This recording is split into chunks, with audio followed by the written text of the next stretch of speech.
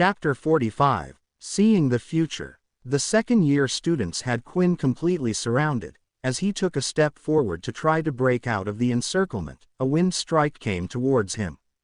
He managed to lift his hand to block the attack, but at the same time, another slash was felt against his back. 12 out of 20 H. The attacks continued with a mixture of abilities, but most of them were weak elemental abilities such as level 2 wind users and earth users. However, when he was being attacked from all sides, the attacks quickly added up. Quinn continued to block strikes coming from the front of him but still was hit from all sides. 11 out of 20 HP. 10 out of 20 HP.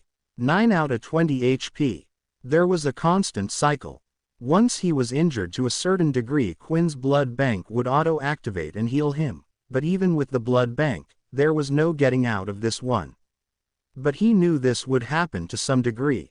He never expected to win in the first place. Ignoring the pain of the strikes and instead of trying to avoid all the attacks, he rushed forward towards one of the students.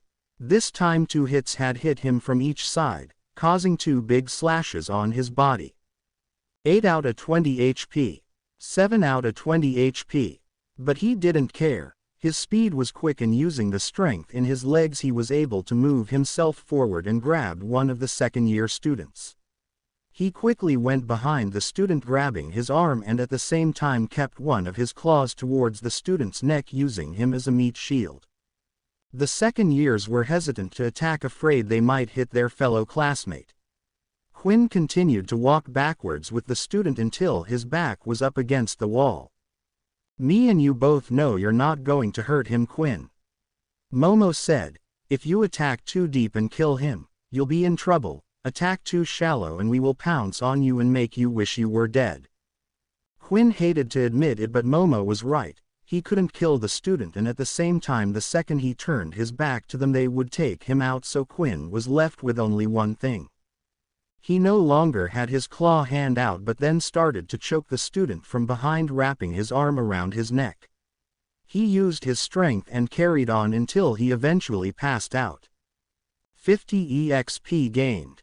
275 out of 400 EXP. "No point wasting good EXP," Quinn said. As soon as the student fell to the ground, the attacks came out fast and furious from the others. Quinn was able to block most of them. Now his back was up against the wall. He started dodging a lot of the strikes, which made him think back to the test center. The situation he was in was similar to the agility test where holographic spikes came at him. However, these attacks were more powerful and were greater in number. Eventually, Quinn let a strike get in. 6 out of 20 HP.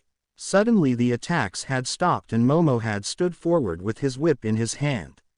Seeing the whip, Quinn remembered that a single attack last time had brought his HP down by 7 points.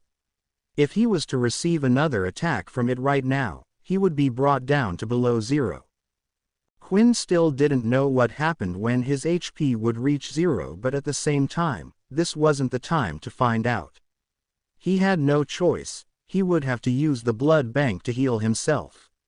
Even if the others did see him use this, it wouldn't reveal he was a vampire, but they would just think it was some type of self-healing ability. The problem was Quinn had already displayed abnormal strength. If he then displayed abnormal healing, things wouldn't add up. A student couldn't have 2 abilities apart from rare cases, which meant it would only lead to Quinn being asked more questions. Just as Quinn was deciding what to do, Momo sensed something and moved his head at the last second. As he did, a black ball came flying through the air and went past his head. Then the black ball stopped mid-air and suddenly started moving back towards Momo. Momo lashed his whip at the ball, slicing it in half. As he turned around, he saw Vorden standing there. When he looked to see what had happened to the rest of the second years, he could see a few had already been taken down, and those who hadn't been, were busy engaging in combat with Layla and Aaron. "So you got free, huh?"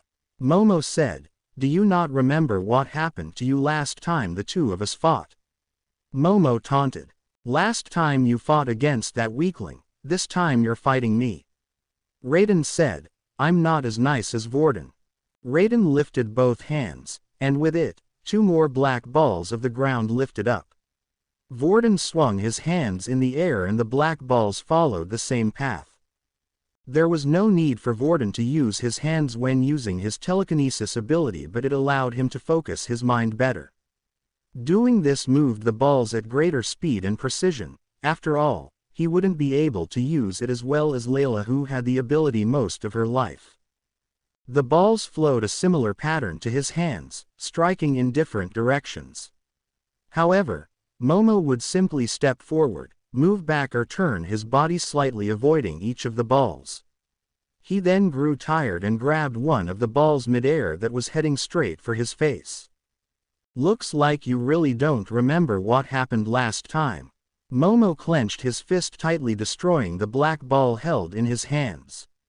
He then swung his whip, destroying the other without even looking where it was.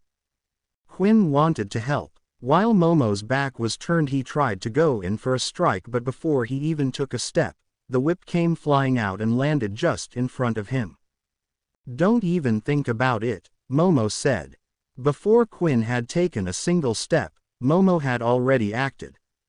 Then Quinn waited once again for the right moment, and when he thought it was right, he tried moving in again, but the same thing had happened. Momo swung at his whip before Quinn had moved.